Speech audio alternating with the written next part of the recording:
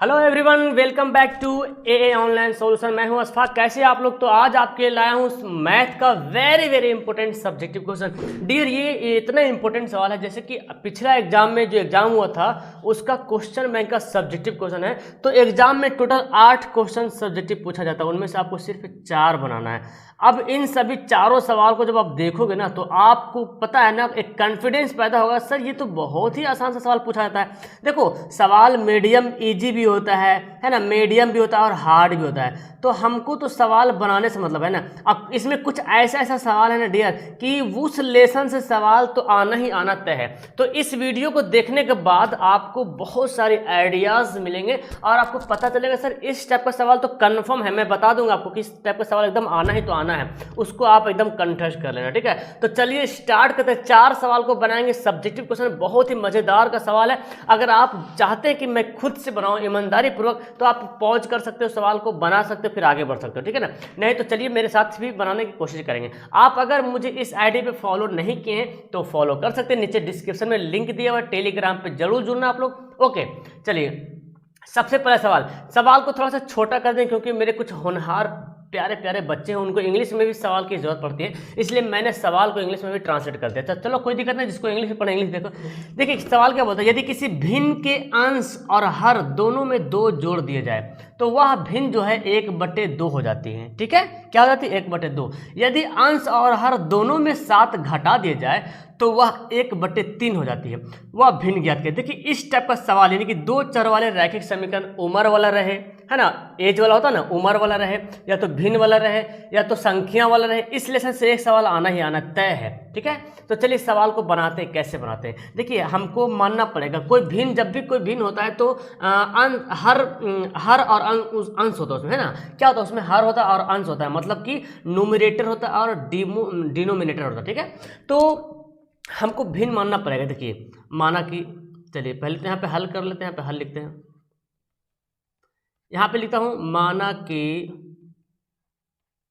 भिन्न बराबर x बटा वाई। एक्स बटा वाई को मैंने क्या माना? भिन्न माना। ऊपर वाला जो है वो क्या है? अंश है, नीचे वाला हर है। ये तो आपको पता है, ऊपर वाला अंश है, नीचे वाला हर है। अब देखो जैसे सवाल बोलता है वैसे से हम लोग करेंगे।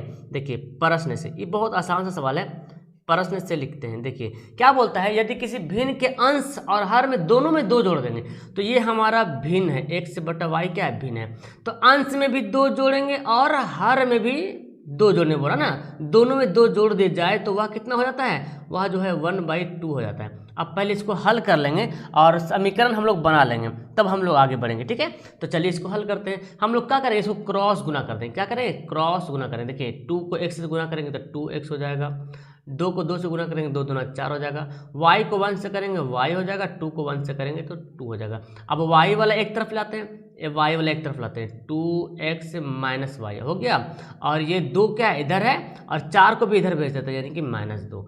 अब देखिए यहाँ पे बना 2x माइनस वाई बराबर -2 हो गया ना। अब ये जो हमारा आया ना, ये हमारा समीकरण फर्स्ट आ गया। आप इसको लुप्तीकरण से बना लो, चाहे प्रतिस्थापन विधि से बना लो, जैसे मर्जी वैसे बना लो, कोई दिक्कत नहीं है, ठीक है ना। चलिए अब देखिए तथा, अब लिखते हैं यहाँ पे। अब देखिए सवाल क्या बोलता है दूसरा, देखिए बोलता है कि यदि अंश और हर दोनों में 7 घटा दिया जाए। अब दोनों में क्या करना है? 7 घटाना है। चलिए देखिए यानी कि हमारा x बटा वाई क्या है? भिन्न है, और अंश में भी 7 घटाएंगे और हर में भी क्या करेंगे? 7 घटा देंगे। तो जब घटाते हैं तो क्या होता है? 1/3 हो जाती है। क्या होती है? 1/3 यानी कि 1/3 हो जाती है। अब इसको क्या करेंगे डियर? बनाएंगे। देखिए 3 को x से गुना करो, 3x 7 21, y को 1 से करेंगे y, 7 को 1 से करेंगे -7, ठीक है। अब देखिए ये हमारा 3x है, इस y को इधर लेके चले आएंगे, ठीक है। ये जो -7 को ऐसे रहने देंगे और -21 को इधर लाएंगे तो क्या बनेगा? +21। क्लियर है? -21 को इधर लाएंगे तो +21 बन जाएगा। चलिए तो अब देखो हमारा क्या है, 3x -7 है ना, ठीक है। तो देखिए यहाँ पे 3x माइनस वाई बराबर क्या बचेगा, 21 में से 7 घटा दीजिए, 21 में से 7 घटाएंगे तो कितना आएगा, 7 4 11 14 आ जाएगा, क्या आ जाएगा 14 आ जाएगा। ठीक है, अब हमारा ये समीकरण सेकेंड है। देखिए समीकरण फर्स्ट हमारा ये था, समीकरण सेकेंड ये। देखिए फर्स्ट में देखिए y भी एक में है, एक y यहाँ भी, एक y यहाँ भी, ये माइनस में दो, ये भी माइनस में, तो क्या करेंगे दोनों समीकरण को ऐड कर देंगे, घटा देंगे, घटाएंगे तब साइन इसका चेंज हो जाएगा और कट जाएगा। तो हम यहाँ पे लिखेंगे, यहाँ पे लिखते हैं समीकरण फर्स्ट माइनस सेकेंड से, फर्स्ट माइनस सेकेंड से घटाना है। तो फर्स्ट हमारा समीकरण क्या था जी, देखो लिखते हैं 2x, यहाँ पे लिखते हैं, ठीक है 2x माइनस वाई बराबर -2, ठीक है ना। और समीकरण सेकेंड क्या है, देखिए समीकरण 3x माइनस वाई बराबर 14 है, ठीक है। अब क्या करना, घटाना है ना, क्योंकि मैंने बोल दिया घटाना, यहाँ पे घटाने का मतलब ये हुआ सबका साइन चेंज। ये देखो 3x प्लस में तो क्या बन जाएगा, माइनस में बन जाएगा, y माइनस में क्या बन जाएगा, प्लस में बन जाएगा, 14 प्लस में बन जाएगा माइनस में। अब देखो ये y कट जाएगा, क्योंकि y अब प्लस में बन गया, ऊपर माइनस था। अब देखो इसको घटाइए तो क्या होगा, इसको घटाने के बाद आपको पता चलेगा सर जी इसको घटाने के बाद आ रहा कितना, -x आ रहा, और यहाँ पे कितना आ रहा, -16 आ रहा, दोनों तरफ माइनस कट जाएगा, यानी कि x का वैल्यू कितना गया 16। हम यही पढ़ाते हैं, आप लोग कॉपी में बनाइएगा, नीचे बनाइए, ऐसे मत कीजिएगा, ठीक है ना। लिखते हैं x का मान समीकरण किस में डाल दें, फर्स्ट में, चलो फर्स्ट में रखने पर, आप जिसमें भी रख सकते हैं कोई दिक्कत नहीं। फर्स्ट वाला समीकरण ये था 2x माइनस वाई बराबर -2। अब देखिए डियर x का वैल्यू कितना है, तो बोलेंगे सर x का वैल्यू तो 16 है, तो मैंने 16 यहाँ पर रख दिया, 2 × 16 माइनस वाई -2, ठीक है। तो 16 दूना 32 हो गया, माइनस वाई बराबर -2 हो गया ना। अब यहाँ पे क्या है जी, देखिए माइनस वाई को यहीं पे रहने दो, और 32 जो प्लस में इधर जाकर क्या बनेगा, -32 बन जाएगा। अब यहाँ पे हम क्या करेंगे, दोनों को ऐड कर देंगे, -32 -2 कितना हो जाएगा, -34 है ना। ये दोनों माइनस में क्या हो जाएगा, कट जाएगा, तो y का वैल्यू कितना गया, 34 आ गया। अब हमारा भिन्न बोल रहा, इसलिए भिन्न बराबर, तो भिन्न मैंने क्या माना था, x से बटा y, और x का वैल्यू कितना है 16, और y का वैल्यू कितना है 34 आया। देखो 16/34, यही हमारा क्या हो गया आंसर। बस आपको इतना बनाना है, आपको मिल जाएगा। 5 नंबर का सवाल है डियर, 5 नंबर का सवाल। और आपको अभी जो आगे सवाल जो देने वाले हैं, पता है आपको हंसी आएगी सवाल देखे कि इतना छोटा सा सवाल, ये है त्रिकोणमिति वाला सवाल, इतना छोटा सा सवाल सर 5 नंबर में सवाल दिया है। मतलब सोच सकते हैं यार, कभी कभी 5 नंबर में लॉन्ग सवाल देता त्रिकोणमिति का, कभी इतना बउआ टाइप का सवाल देता ना कि मत पूछिए। देखिए कैसे बउआ की तरह बनाते हैं इसको हम, बहुत ईजी है, आप भी बना लीजिएगा। सवाल क्या बोलता है, LHS है ये वाला, ये हमारा LHS है, ये हमारा RHS है, ठीक है। तो हम LHS से RHS बना लेते हैं। देखिए लिखते हैं LHS कितना है, 1 + sec थीटा बटे sec थीटा। अब करना क्या है ना, सेक को बदल दो कॉस में, क्योंकि हमको लाना है साइन और कॉस के रूप में लाना है ना, सिद्ध करके क्या लाना है, साइन और कॉस के। तो सेक का फॉर्मूला है जो कॉस में आता है, बिल्कुल है 1/cos होता है सेक बराबर, तो हम ला देंगे पहले। तो सेक को कॉस में बदल दो, तो सेक को क्या लिखेंगे 1/cos थीटा, क्लियर है। और नीचे भी सेक है तो इसको लिखेंगे 1/cos थीटा। देखिए डियर, अब हम ये लाइनिंग जो बड़ा वाला लाइन है ना, बड़ा वाला लाइन मैंने ले लिया। अब इसका जो ये जो देख रहे हैं ना, ये वाला पोर्शन जो देख रहे हैं आप, इसको मैं करता हूँ क्या, भिन्न का जोड़ करता हूँ, यानी कि एलसीएम लेते हैं, कितना जाएगा cos थीटा हो जाएगा, और ये बचेगा कितना, cos को 1 से मल्टीप्लाई तो करेंगे cos थीटा + 1, और नीचे 1/cos थीटा, ऐसे ही रहने दो, ठीक है। अब देखो, अब तुम लोग पढ़ा है, जैसे देखो 3, 4, 5 में पढ़ा होगा, ऐसे वाला पढ़ा कि नहीं पढ़ा, सॉरी भाग वाला। तो इस बात को हम ऐसे भी लिख सकते हैं, इस बात को हम ऐसे भी लिख सकते हैं 3/4 बटे 1/2। तो आपको क्या बताया गया था, जब भाग रहता है तो भाग को गुना में पलट देते हैं, तो 2 ऊपर 1 नीचे, देखिए स्टेप है ना, है रे, ये दोनों सेम है। हम भाग में ऐसे था, अब हम ऐसे लिखने लगे हैं क्योंकि बड़े हो गए हम। तो ये क्या बचा मेरे पास, cos थीटा + 1/cos, ये तो पहले वाला है ना। अब ये जो बड़ा वाला है ना, ये भाग है, इसको गुना में पलट दिए तो ये नीचे वाला उलट जाएगा, है ना, एकदम ऊपर से नीचे। तो ये नीचे cos क्या हो गया, कट गया, cos क्या हुआ, कट गया। अब cos कट गया तो मेरे पास क्या बचा जी, मेरे पास बचा सर cos थीटा + 1, ठीक है, कॉस थीटा प्लस 1 बचा। लाना क्या है, साइन थीटा लाना है और क्या लाना है, कॉस थीटा लाना है। ठीक है, साइन और कॉस लाना है। तो ऐसा करते हैं, इसको हम यहीं पे ब्रेक करते हैं। ठीक है, ये हमारा इसको मतलब LHS में हम बना दिए। ठीक है, LHS हमारा आ गया। अब RHS भी बना के देखते हैं। ठीक है, RHS बनाए तो अभी तो मेरा RHS तो मिला नहीं ना, तो जब नहीं मिलेगा तो हम इसको यहीं पे ब्रेक कर देंगे, क्योंकि हम जब इसको आगे बढ़ेंगे कॉस को जब तोड़ेंगे 1/sec तो फिर पहले ही वाला आ जाएगा, तो हमको तो ये लाना है ना। तो ऐसा करते हैं, अब RHS से भी बनाते हैं। तो दोनों का अगर आंसर सेम आ गया तो सिद्ध हो जाएगा। तो लिखते हैं यहाँ पे RHS दिया हुआ क्या, देखो यहाँ पे दिया हुआ साइन स्क्वायर थीटा बटे 1 माइनस कॉस थीटा, है ना। तो यहाँ पे लिखते हैं साइन स्क्वायर थीटा बटे 1 माइनस कॉस थीटा। बहुत ही आसान है डियर, सिर्फ आपको दिया चकमकाने के लिए। अब यहाँ पे करेंगे क्या, देखो आपको पता है साइन स्क्वायर थीटा का फॉर्मूला होता है 1 माइनस कॉस स्क्वायर थीटा का फॉर्मूला होता है कि नहीं होता, बोलो। आइए नीचे 1 माइनस कॉस थीटा ऐसे ही रहने दो, क्लियर है। अब देखो ये जो ना ए स्क्वायर माइनस बी स्क्वायर एक फॉर्मूला होता है जी, आप पढ़े होंगे, ए स्क्वायर माइनस बी स्क्वायर, ए प्लस बी इंटू ए माइनस बी, ये फॉर्मूला होता है। ये जो 1 है ना, 1 का स्क्वायर लिखो या ना लिखो कोई फर्क पड़ेगा, कोई फर्क नहीं पड़ेगा, है ना। चाहो तो लिख दो, चाहो तो नहीं लिख दो। तो मैं मान लेता हूँ 1 का स्क्वायर लिखा हुआ, क्योंकि 1 का स्क्वायर तो 1 ही होता है ना।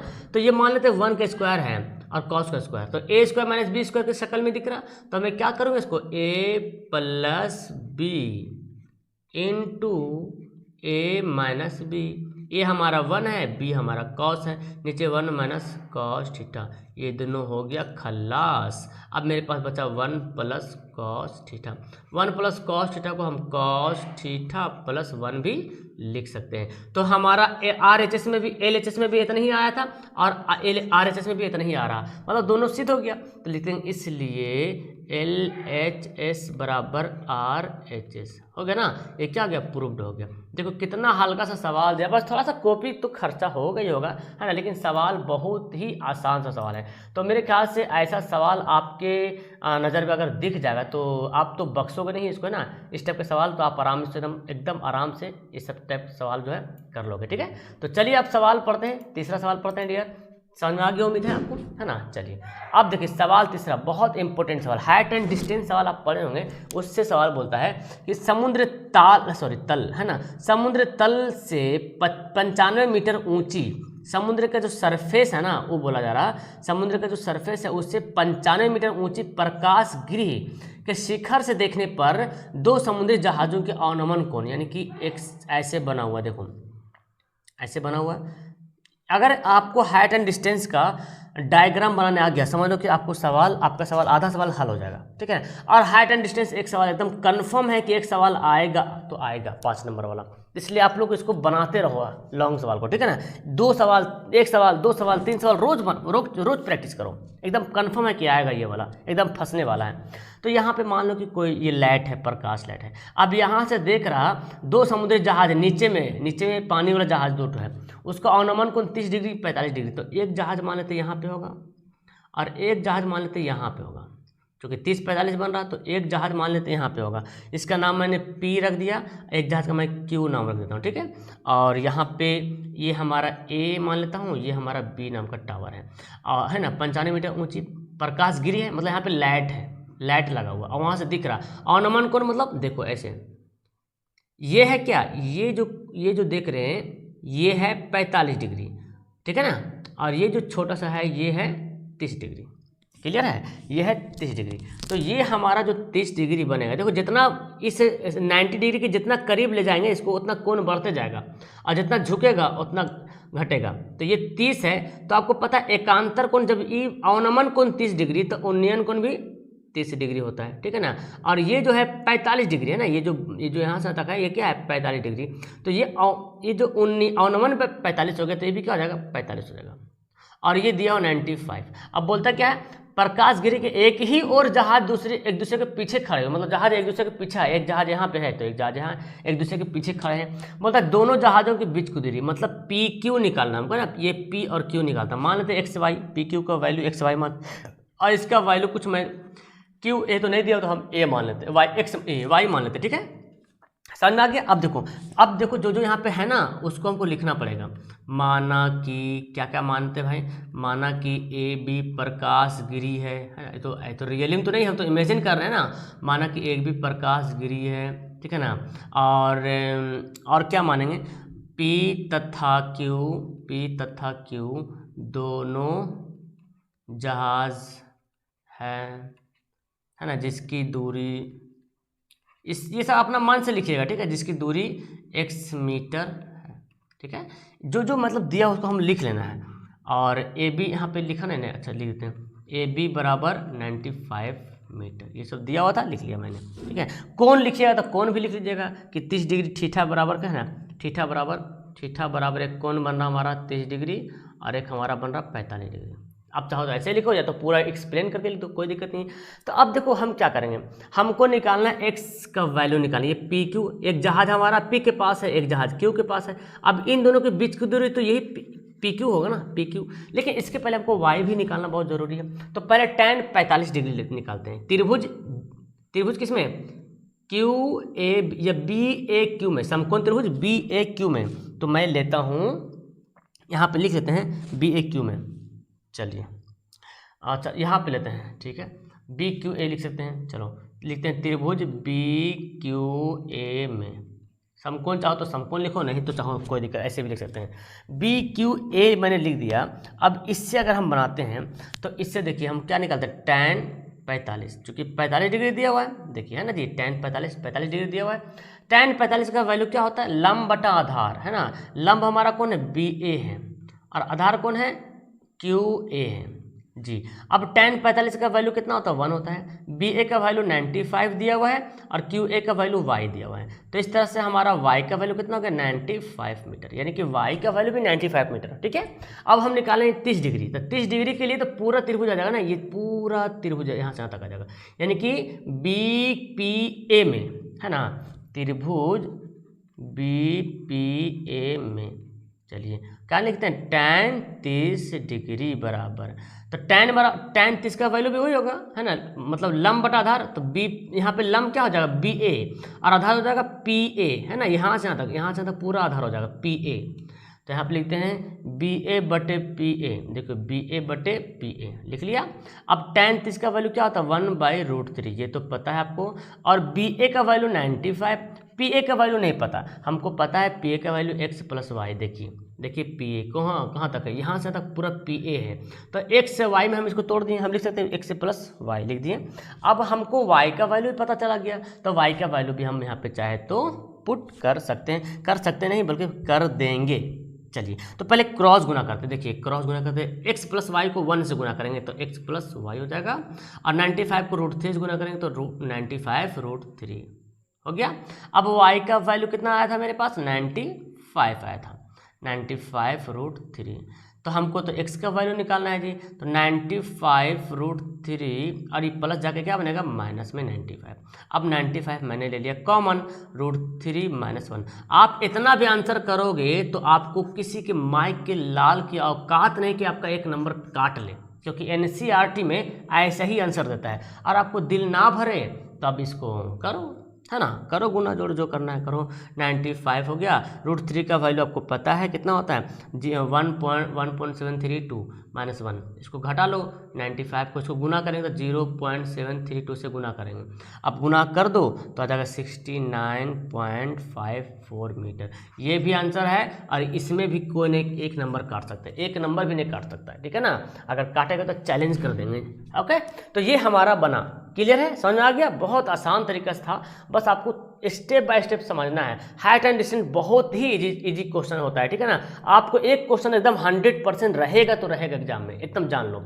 आगे तो चलिए चौथा नंबर सवाल बनाते हैं, बहुत इंपॉर्टेंट सवाल है। एक मोटर बोट जिसकी स्थिर जल में चाल 18 किलोमीटर है, ठीक है। मोटर बोट की चाल कितना, 18 किलोमीटर है, 24 किलोमीटर की दूरी है। अगर प्रतिकूल मतलब उल्टा जाता है, और वही दूरी अगर अनुकूल जाता है, मतलब धारा के साथ साथ, धारा के उल्टा जाता है एक बार धारा के साथ साथ जाता है, तो जो अनुकूल जो ज्ञान है उसकी अपेक्षा में 1 घंटा ज़्यादा लगता है प्रतिकूल दूरी जाने। जाहिर सी बात है, जब धारा के उल्टा जाओगे तो आपको तो समय तो ज़्यादा लगेगा, है ना। तो चलिए इस सवाल को बनाते हैं। बोलता है कि धारा की चाल निकालें। जाहिर सी बात हमको मोटर की चाल दे दिया, धारा की चाल निकालना है। तो मानेंगे यहाँ पे, माना कि धारा की चाल बराबर, धारा की चाल क्या मान लिया मैंने, x किलोमीटर प्रति घंटा मान लिया, ठीक है। अब देखो धारा के प्रति, अगर धारा के अनुकूल जाता है तो कितना चाल होगा, धारा के प्रतिकूल जाएगा तो कितना चाल होगा, ठीक है ना। तो यहाँ पे लिखेंगे, तो धारा के अनुकूल नाव की चाल, धारा के अनुकूल नाव की चाल, मतलब समझ रहे आप, धारा के अनुकूल मतलब धारा के साथ साथ। तो 18 किलोमीटर चल रहा, अच्छा यहाँ पे दिया हुआ है ना 18 किलोमीटर दिया हुआ है, देखो नाव की चाल 18 किलोमीटर दिया हुआ है, तो 18 किलोमीटर धारा की चाल दिया हुआ है, और सॉरी 18 किलोमीटर नाव की चाल दिया हुआ है, और उसमें धारा की चाल जोड़ देंगे, क्योंकि नाव जब चलेगी तो धारा की चाल ऑटोमेटिक जुड़ जाएगी, जब साथ साथ चलेगी तब, अनुकूल मतलब साथ साथ, तथा धारा के प्रतिकूल, अगर प्रतिकूल जाती तो क्या होता है, तो जाहिर सी बात प्रतिकूल में तो चाल घट जाएगी, है ना जी। प्रतिकूल नाव की चाल, धारा के प्रतिकूल नाव की चाल, तो 18 किलोमीटर प्रति घंटा से नाव चल रही थी, और धारा की चाल हम घटा देंगे, क्योंकि विपरीत जा रहे हैं, उल्टा जा रहे हैं, तो क्या हो जाएगा, घट जाएगा, है ना। चलिए तो इतना तो लिख दिया। अब हमको एक बात यहाँ पे दिया, कुल दूरी दिया हुआ है, कुल दूरी कितना, टोटल दूरी 24 किलोमीटर, आने जाने में समय लगता है, अगर धारा के साथ साथ जाता है तो कम समय लगता है, उल्टा जाता है तो ज़्यादा समय लगता है। तो कुल दूरी यहाँ पे लिखते हैं, कुल दूरी बराबर 24 किलोमीटर, ठीक है ना। अब हम जानते क्या कि समय बराबर क्या फॉर्मूला होता है, दूरी बटा चाल, दूरी बटा चाल क्या होता है, फॉर्मूला होता है समय बराबर, ठीक है। इस बात को समझिए। अब अगर नाव जो धारा के अनुकूल जाती है तो कितना समय लगेगा, है ना, इस तरह से मानते हैं, धारा के नाव की चाल जाएगी, तो हम यहीं पे लिखते हैं प्रश्न से, देखिए प्रश्न से सिंपल से देखिए बोलता क्या कि 24 किलो, पहले जैसे बोलता है उसे करेंगे, 24 किलोमीटर धारा के प्रतिकूल जाने में, तो पहले 24 किलोमीटर प्रतिकूल जाते हैं, ठीक है, नाव को 24 किलोमीटर प्रतिकूल ले जाते हैं, तो दूरी बटा चाल, तो दूरी कितना है 24 किलोमीटर, और हम प्रतिकूल जा रहे हैं, तो प्रतिकूल में क्या चाल हमारा x माइनस 18, ठीक है, चला गया, चलो हमने चल गए। अब बोलता क्या, वही दूरी धारा के अनुकूल जाने के पीछे 1 घंटा अधिक समय लेती, कौन, प्रतिकूल वाला लेती अधिक समय, लेकिन अनुकूल से अपेक्षा बोल रहे इसलिए, तो वही दूरी मतलब 24 किलोमीटर, वही दूरी मतलब 24 किलोमीटर, और अनुकूल मतलब साथ साथ, तो 18 प्लस 1 से। अब देखो ये है प्रतिकूल वाला मतलब उल्टा वाला, और ये है अनुकूल वाला, तो अनुकूल की अपेक्षा प्रतिकूल जो 1 घंटा ज़्यादा समय लेती है, तो इक्वेशन को बराबर करने के लिए हमको इधर 1 प्लस करना पड़ेगा। समझ रहे हैं ना बात को, ये हमारा सवाल है, इक्वेशन दिया हुआ है, इक्वेशन बनाना हमको है, तो प्रतिकूल जाने में ज़्यादा समय लगता है अनुकूल जाने की अपेक्षा, तो ये तो ऑटोमेटिक ज़्यादा समय ले रहा है इससे, लेकिन जब हम समीकरण में लाएंगे तो हमको इधर प्लस देना पड़ेगा, ठीक है ना। अब हम इसको बनाते हैं, देखिए 24/18 माइनस एक्स, इसको इधर ले चलाएंगे तो 24/18 प्लस एक्स बराबर 1। क्लियर है, मैंने इतना दूर कर लिया। अब क्या करेंगे, इसको आसानी से हम हल करते हैं।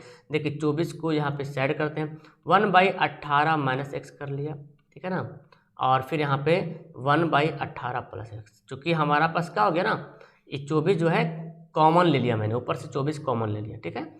अब देखो यहाँ पे 24 को ऐसे रहने दो, यहाँ पे एलसीएम ले लो तुम लोग, 18 माइनस एक्स से ले लीजिए एलसीएम, और 18 प्लस एक्स एलसीएम ले लिया। अब इसको जब बनाओगे तो 18 प्लस एक्स से बचेगा, और यहाँ कट जाएगा तो क्या बचेगा,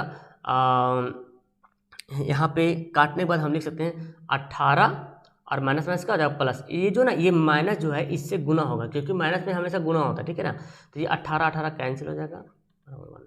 अब देखो जी यहाँ पे समझ में आ जाएगा आपको, तो मेरे पास क्या बचा, 24 गुना ये एक्स कितना हो गया, 2x मेरे पास बचा है ना, 24 गुना 2x बचेगा।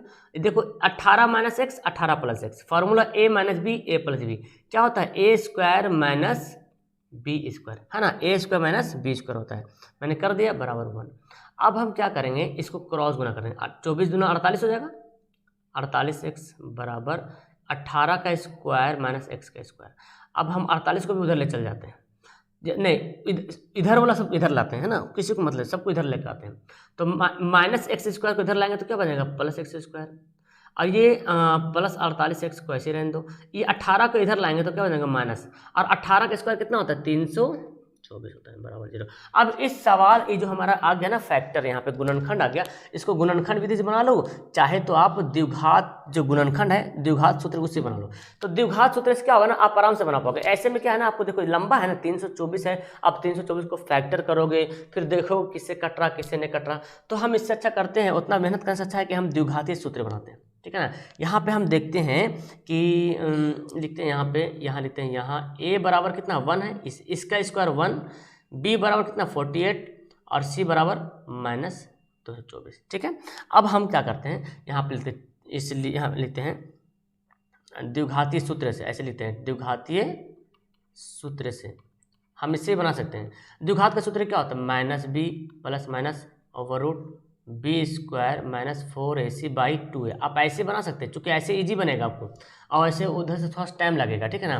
तो देखिए -b का वैल्यू कितना है 48 है, तो -48 कर लेंगे प्लस माइनस ओवर रूट, देखिए कितना आसान से बनेगा। b का वैल्यू कितना है फिर 48, तो 48 का स्क्वायर करेंगे, है ना, 48 का स्क्वायर।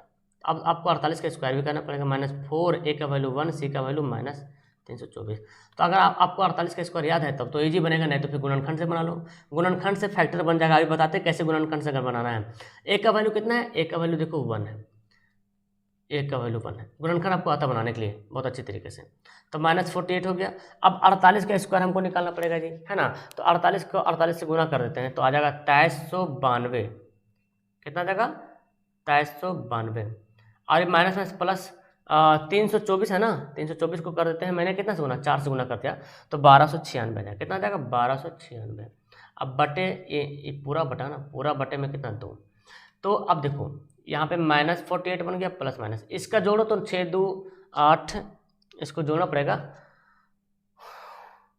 324 को मैंने 4 से गुना किया, ठीक है, ठीक है। और 48 का स्क्वायर तो 48 गुना 48 में इसका, ठीक है, 2304 है जी, 2304 सॉरी 2304 आएगा, 48 गुना 48 2304 आएगा, ठीक है। अब इसको जोड़ोगे तो आ जाएगा 3600, कितना आ जाएगा 3600 बटे 2। तो यही मेरे ख्याल से लॉन्ग लग रहा है ना। अच्छा, इसका कितना 3600 का एलसीएम कितना होगा 60 होगा, मतलब वर्गमूल 60 होगा, ये हो गया। तो एक बार हम प्लस एक बार माइनस लेते हैं, जब एक बार माइनस लेंगे तो क्या बनेगा, -48 है ये, माइनस ले लेंगे 60 बटे 2, तो कितना हो गया 8 8 6 4 10 माइनस में, ठीक है ना। इसको काटेंगे तो कितना आ जाएगा 2 5 10 2 4 8 54 हो गया, -54। एक बार जब प्लस लेते हैं तो -48 से प्लस 60 रुपये जोड़ेंगे, कितना आ जाएगा 2 48 में सॉरी 12 बचेगा बटे, तो 2 6 12।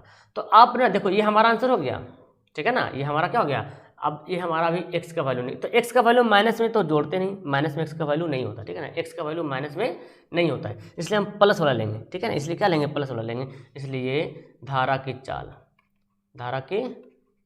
बराबर 6 किलोमीटर प्रति घंटा, ये हो गया हमारा आंसर।